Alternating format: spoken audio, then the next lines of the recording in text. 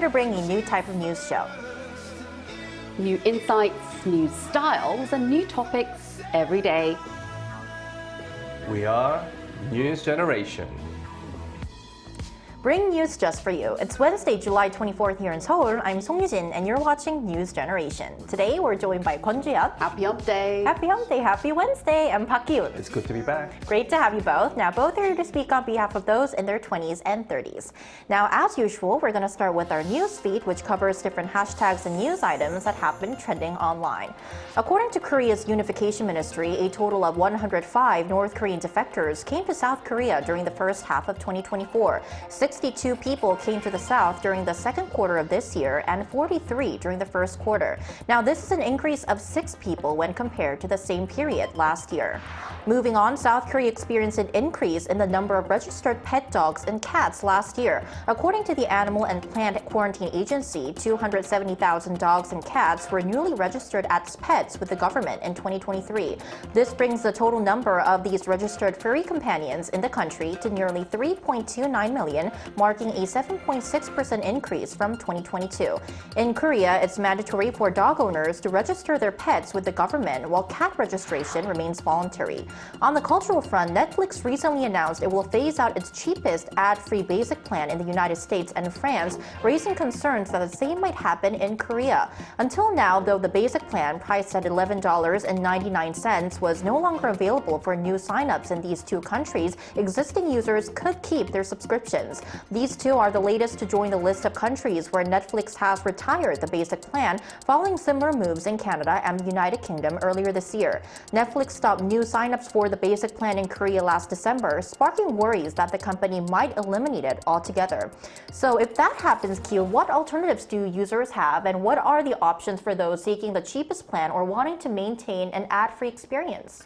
Honestly, I've actually stopped watching Netflix only because the friend who actually shared her account stopped sharing her account. What did you do wrong to her? I don't know. I must have done something wrong. So I've never actually paid for the subscription fee, but answering your question, I did look it up. So the cheapest ad-supported plan will be $6.99 per month, US dollars, for new subscribers, and for basic users in the US currently wanting to maintain their ad-free experience now have two options. So number one, it will be Netflix standard plan, which is $49 per month, or two, premium plan, which is $22.99 per month. But back in the day when I was young, when we watched the TV program, there were like ads pretty much every 10 to 15 minutes. Right. And that I actually enjoyed that. Oh, really? Because it gave me a chance to go to the bathroom, grab a snack, and we were quite used to it. We never really complained. But I guess nowadays, a lot of consumers, they've become so accustomed to short-form videos. Hence, they don't have that much patience to it's watch hard to ads wait. exactly in between during their content watching time. So I think this has changed the viewers' behaviors, and obviously OTT companies like Netflix have used the right marketing strategy to make consumers pay extra for ad-free experience. And at the end of the day, Netflix is a private company, and their goal is to make revenue. So I think they're heading in the right direction. But at the same time, they are satisfying their Netflix users, because I heard they're gonna cover a lot of sports coverage as well. And there are a lot of sports fans as well. So Right. it gives them the exclusive, right to watch live sports, which is good. Right. So it was definitely a strategic move when looking from a producer or producer's point of view. Now, for viewers who want an ad-free experience, they would have to obviously pay more. And talking about the prices of these streaming services, it's not just Netflix that's becoming more expensive. We've seen many streaming platforms actually raise their subscription fees. And Juyeon, I want to ask you, do you also subscribe to these platforms? And I want to ask you, are you willing to pay more for an ad-free experience, or just to enjoy these content provided by the streamers? Yes and yes, first of all. Well, I am one of the subscribers of Netflix, and I'm paying for the other streaming services. Same here. Well, here. Well, I not only enjoy watching them every single day, but also consider it's, it's kind of a valuable source, valuable content for my work as a broadcaster. broadcaster. And I do reckon that Netflix's decision to phase out the basic membership and push users toward ad-supported plans is kind of a sort of a mixed bag. The service, you know, it's on the one hand, it makes the service more affordable, which is great for price-sensitive users. Right. But on the other hand, the ads can be annoying and interrupt the viewing experience. But personally, I prefer ad-free streaming, of course, even though I've got to pay money. Overall, it's a smart business move for Netflix, but not an ideal decision for all subscribers. But if you have chosen to watch this and you have chosen the basic with ads option, you needn't worry. You know, just think of it this way: your popcorn breaks will be perfectly timed now. Right, and your bathroom breaks as well. No. And Netflix said last week that basic plan users in the US and France will have 30 days to switch to other plans. And that was our news feed for this Wednesday. So we're now going to move on to our main discussion of the day. Today we're going to talk about a trend we're noticing in the entertainment industry here in Korea that seems to reflect a shift in perceptions within the society. Here's more. A theme that's becoming more common in Korea's reality show landscape is divorce. Every year, we see new shows featuring divorced couples, or those contemplating divorce being rolled out by domestic broadcasters. One reason behind the rise in these shows could be that divorce is becoming more acceptable in Korean society.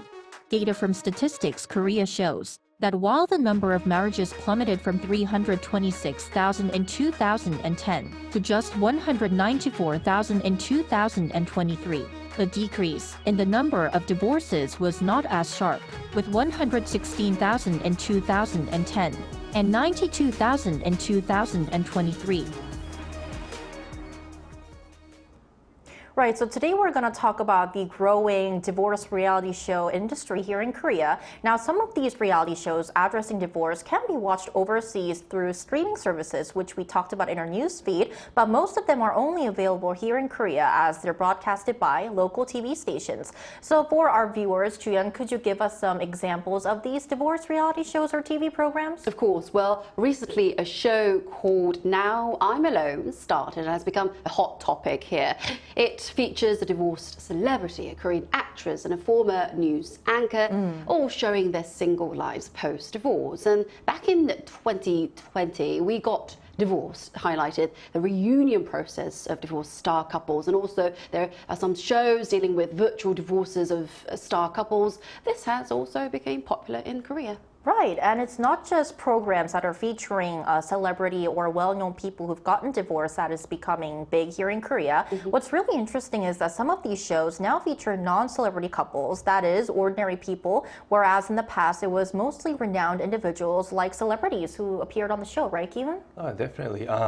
We're seeing this new trend of non-celebrities appearing more on these reality TV shows, and oppositely, seeing more celebrities appear on YouTube. You know, they're creating their own channels.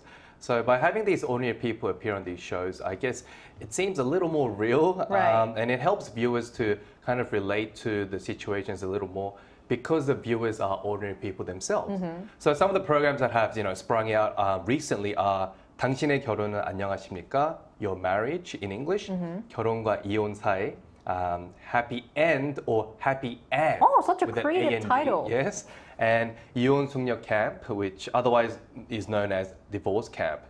So these trending programs shows lives of married couples who are on the brink of filing for a divorce or in the process of actually getting divorced. Right, and talking about real life cases and more ordinary people making their appearances in divorce reality shows, another change is how the faces and identities of these ordinary people are now being exposed on television, which is a big difference from the past, right? That is right. I'm sure you will probably know this show is 사랑과 전쟁, which is a classic show from the past. The name is the Clinic for Married Couples, Love and War in English.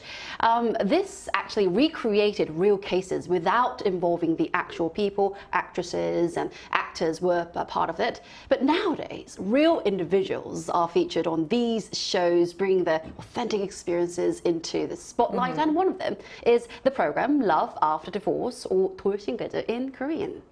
Right. And as we're talking about not only the increase in the number of divorced reality divorce shows or divorce-related programs here in the country, we're also seeing both celebrity and non-celebrity casts being featured on this show. So I want to ask you guys, why do you think that we are witnessing a surge in these divorce-themed programs here in the country? Well, in recent years, attitudes towards divorce have changed completely, especially among the younger generation. Over the last decade, Gen Z has become more accepting of divorce, which has made it more common in the media. So if you look at the screen, according to Statistics Korea, opinions on divorce have significantly shifted over the past decade. The report examined changes in marriage, children, and work values among 19 to 34 years old. In 2012, 13.1% of the MZ generation believed that divorce is acceptable if there is a reason. However, by 2022, this has increased to 24.1%. Meanwhile, people who say divorce is unacceptable, even if there is a reason, have decreased from 38.5% in 2012 to 14.9% in the same period in 2022, that is. So over the past decade, MZ generation's views on divorce have become more accepting, making divorce more open in this society. Right, and I can definitely relate to that because in the past, divorce was kind of seen like a scarlet letter here in Korea because people were trying to hide the fact that they were having a divorce. But based on the stats that you've shown and just looking around, I can definitely feel that divorce is becoming sort of a less of a taboo subject in our society. So I want to ask you, Kyun, do you also agree on this? And are there any other examples that kind of show this besides the divorce TV shows that we've talked about? Right, just echoing what Chuyeon just said. The public sentiment towards divorce has definitely changed over the past decades, many decades. It wasn't such a common thing to see from our grandparents' generation. Right. And it was definitely something that was looked down upon during our parents' times. But nowadays, Korean society has become more open and accepting to married couples separating, and even getting a second marriage or even a third marriage or perhaps even a fourth, fifth. The list goes on. Anyway, Right. But going back to celebrities, rather than feeling ashamed and keeping it low key, they're actually letting the public know Right. through social media. They're that- become more open. Yeah, that they're going through a divorce, and there are even some celebrities who actually upload pictures of them showing their fancy, extravagant, like single life. Oh, They say, right, right. Hey, I'm single again. I'm Happy. living the life, having the time of my life, Right, and right. it's actually okay to become single again. And even though they have kids, they don't feel that ashamed. And so through just what celebrities are doing through social media, we can definitely see a big shift in people's behavior, especially here in Korea, when it comes to divorce. Right, we're definitely seeing a societal shift in terms of how we are viewing divorce here in Korea. Now, to find out how divorce is perceived in other parts of the world, we also asked our viewers what they think about reality shows documenting divorce, and here's what 3 of them had to say. If we look at the comments, Leon says it can offer an honest portrayal of the emotional turmoil, legal complexities, and co-parenting struggles, which can be informative and realistic. However, it might also portray divorce as an easy or glamorous solution to marital problems. Benny says we can understand how their life is going when they are having their co-parenting duties, settling their single-parent life in their separate houses, and so on. Sunny J says, I think these shows are pretty interesting because the cast are actually those who got divorced, and this might possibly affect those who are walking through the same experience. Also, this helps me get more immersed into the show. So we can see that our viewers also are very interested and have a lot of opinions regarding these divorce reality shows. Now, to find out more, we're going to invite a cast member of one of Korea's most popular divorce reality shows to talk with us about the show and this topic right after this break.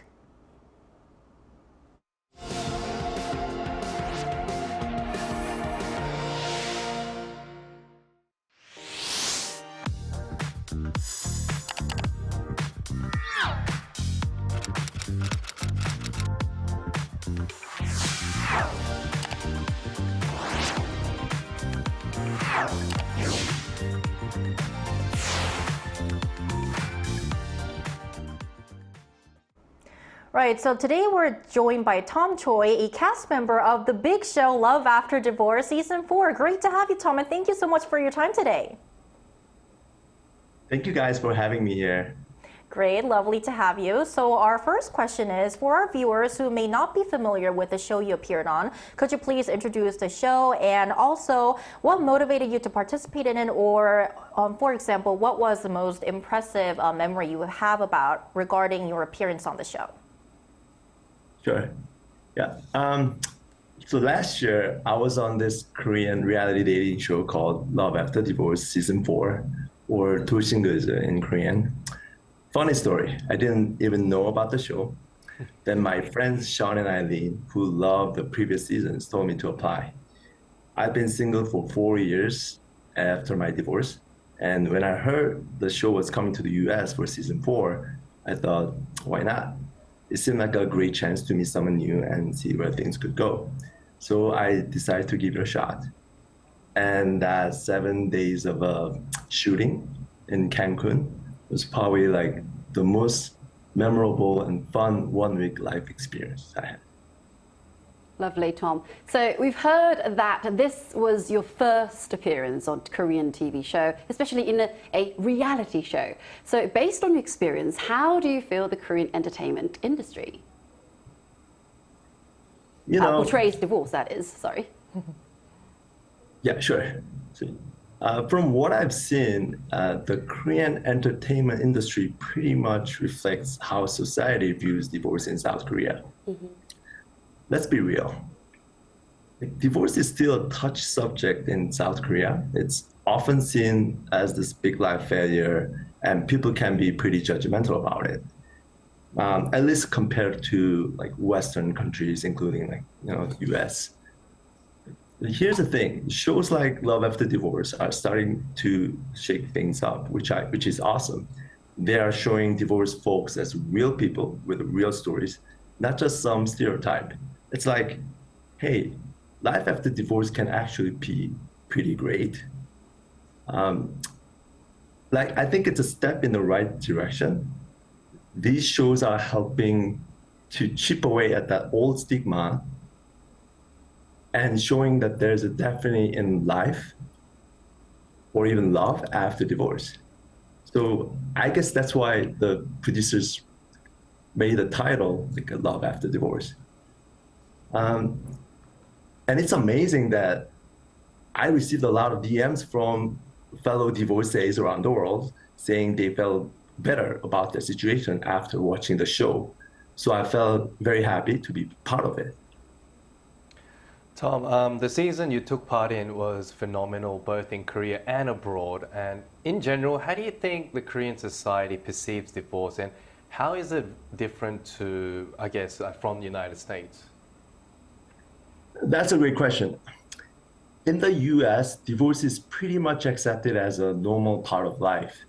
Viewers in the States or other Western countries might just see us as a bunch of singles looking for love.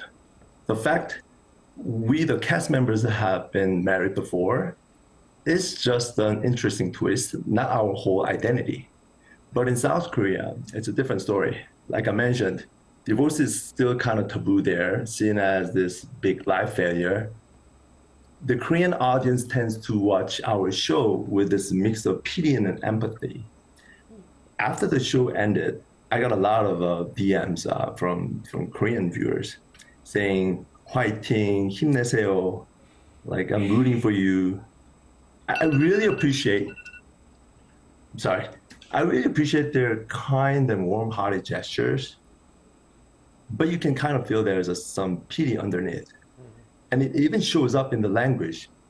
In the US, speaking English, I can just say, "I'm single." But in Korean, I can't say I'm just single because it would be a lie to them. I gotta call myself a 돌싱글, 돌싱, literally like divorce single. It's like we are labeled as used goods or something. I think now the younger crowd in Korea, like Gen Z or Millennial, like you guys were talking, they're starting to see things differently. So I'm so hopeful, but there's still a big gap between how divorce is viewed in the US and South Korea as of yet. And yeah. Oh, please go on. Yeah, so, and I actually, if I can add one more thing, because I think it's very, very important. In South Korea, like the focus is often just on the divorcing couple.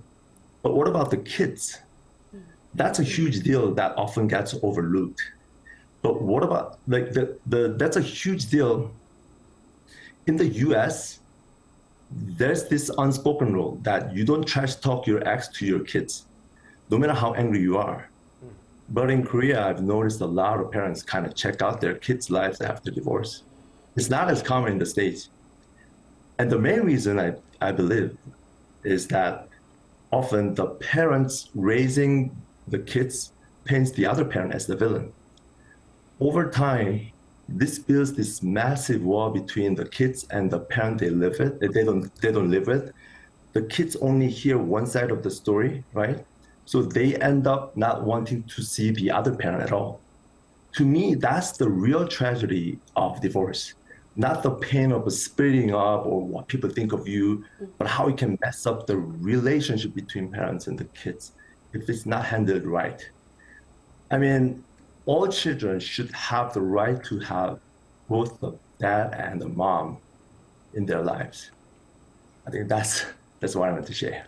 Right, something we should definitely think about more. All right, thank you, Tom, for your great answers today. We really appreciate it. Yeah. Thank you so much for having me. Thank you.